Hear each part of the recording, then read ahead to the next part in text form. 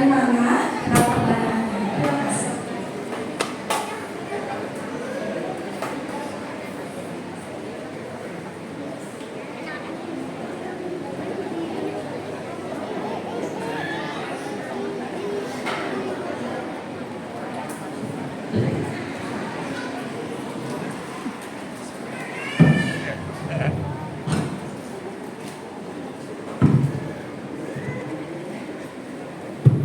Baik, Nggak masuk angin. Nggak masuk angin. Assalamualaikum warahmatullahi wabarakatuh. Salam, Om Swastiastu, Namo Buddhaya, salam kebajikan, dan salam Eko salam rukun. Terima kasih Bapak narasumber dan juga Pak Ilham untuk pencerahannya untuk kita semua. Ini pemaparan yang luar biasa untuk kita. Dan saya bersyukur bahwa pertemuan tahunan semacam ini berlangsung terus, dan terima kasih pada sahabat saudara saya Bante Sadabiro yang mengadakan waktu untuk kita.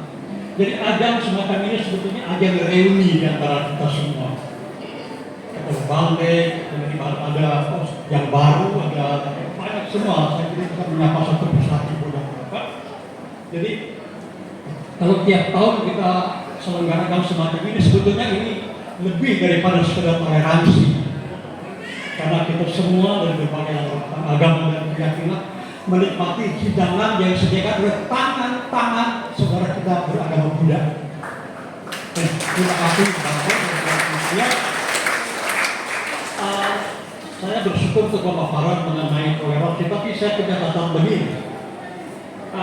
Saya bergiat dalam kegiatan terkait ini mulai tahun 87. Jadi pengalaman yang cukup lama itu sebenarnya mengajak saya begini, bahwa toleransi itu sebetulnya awal, langkah pertama.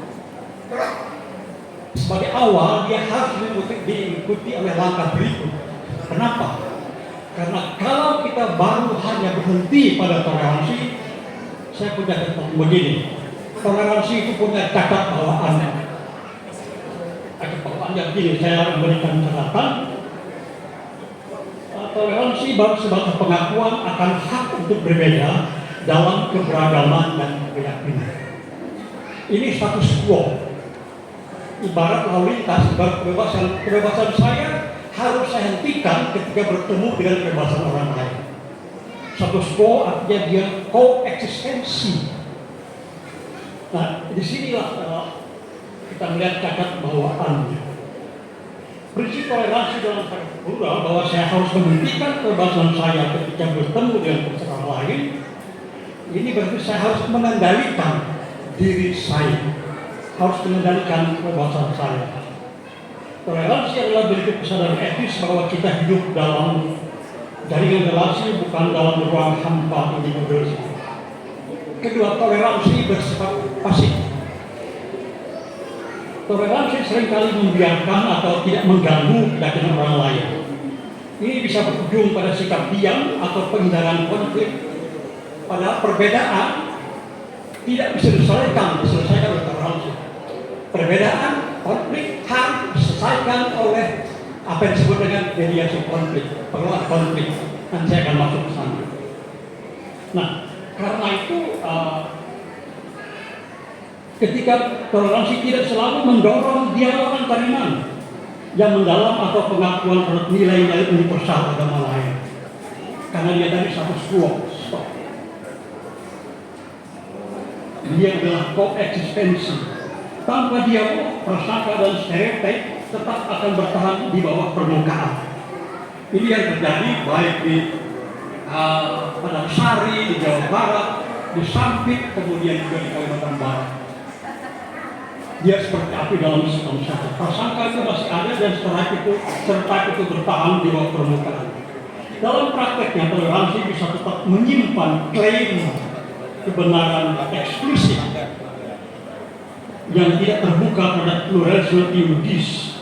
Ini menciptakan batas-batas psikologis dan sosial yang menghambat kerukunan sejati. Kata yang berikut, toleransi tidak mendorong kedekatan antar iman, karena dia hanya stop di garis batas. Tadi Pak Ilham menyebut passive over. Saya seorang pendeta Kristen, saya belajar Islam, saya belajar tasawuf. Serta saya ma'arafah nafsahu, fakat arafah itu pasti. Tapi toleransi tidak mungkin saya bisa masuk ke sana. Tidak mungkin saya bisa berdoa karena saya akan hanya stop di situ. Nah karena itu toleransi yang pasti pengakuan tanpa perjumpaan. Garis bawah itu saja, tidak mungkin lagi berjumpa, tidak mungkin dialog. Yang penting tidak mencampuri urusan orang lain. Ini menciptakan jarak, bukan jembatan.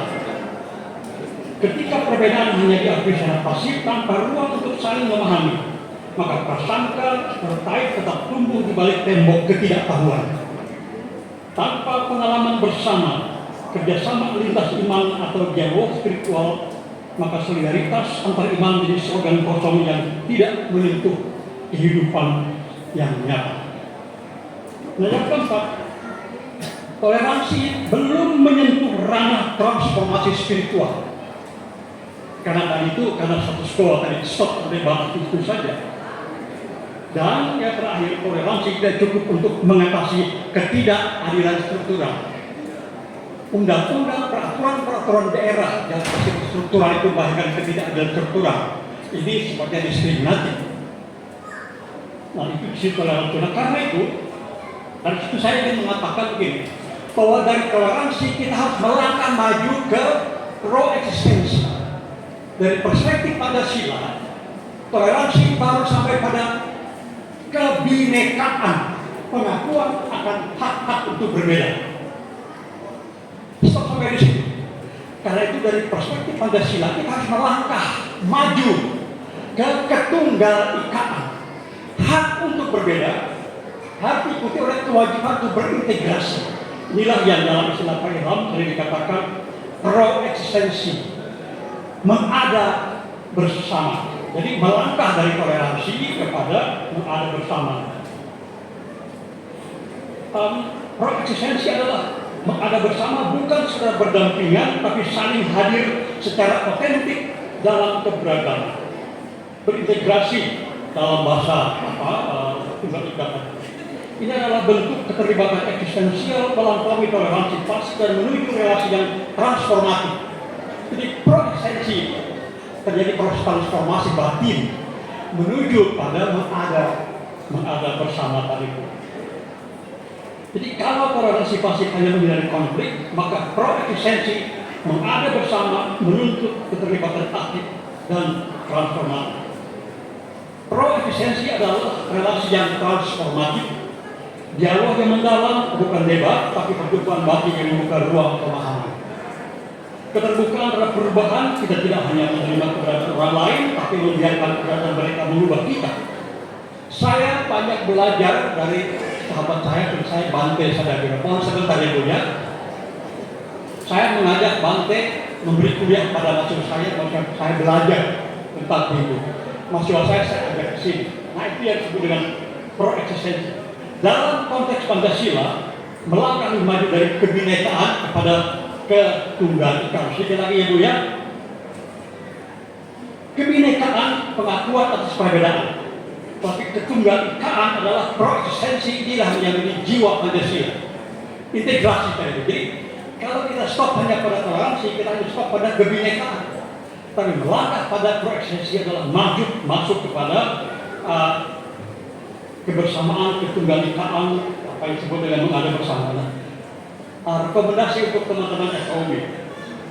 Yang pertama adalah sebaiknya memang ini mohon maaf Pak Ilham, dialog lintas iman yang lebih bermakna. FOB harus memfasilitasi berbagai bentuk dialog kehidupan. Misalnya begini, FOB menyelenggarakan kegiatan sebulan sekali ngopi bersama dengan para pimpinan beragama. FOB yang mengundang Pak Uskup, mengundang Bante, mengundang siapa ngopi bersama lah. Di situ ada keakraban itu saling berbagi sesuatu dibangun di situ. Jadi dulu ini pernah dirintis oleh Pak Majid, tapi rupanya ada kendala juga. Tapi kalau FOB yang saya menyelenggarakan itu bagus. Yang kedua, pendidikan toleransi dan literasi keberagaman tadi sudah disebut oleh narasumber tentang ini penting. kita ini kadang-kadang tidak melek literasi keberagaman. Yang negara-negara katanya, tapi kita tidak masuk ke dalam apa yang menjadi jiwa dari literasi itu. Yang berikut adalah advokasi dan mediasi konflik. Dulu saya dan Pak Majid pernah mengadakan pelatihan bagaimana para pengurus FKUB itu memahami apa itu konflik dan bagaimana mediasi konflik, apa itu akar konflik. Karena toleransi tidak pernah menyelesaikan konflik, tapi proesensi itu dia mengelola perbedaan tadi itu. Kolaborasi dengan berbagai komunitas kreatif seperti ketiga dan saya kira begitu. Mohon maaf atas waktu yang banyak. Terima kasih, Bu Moderator.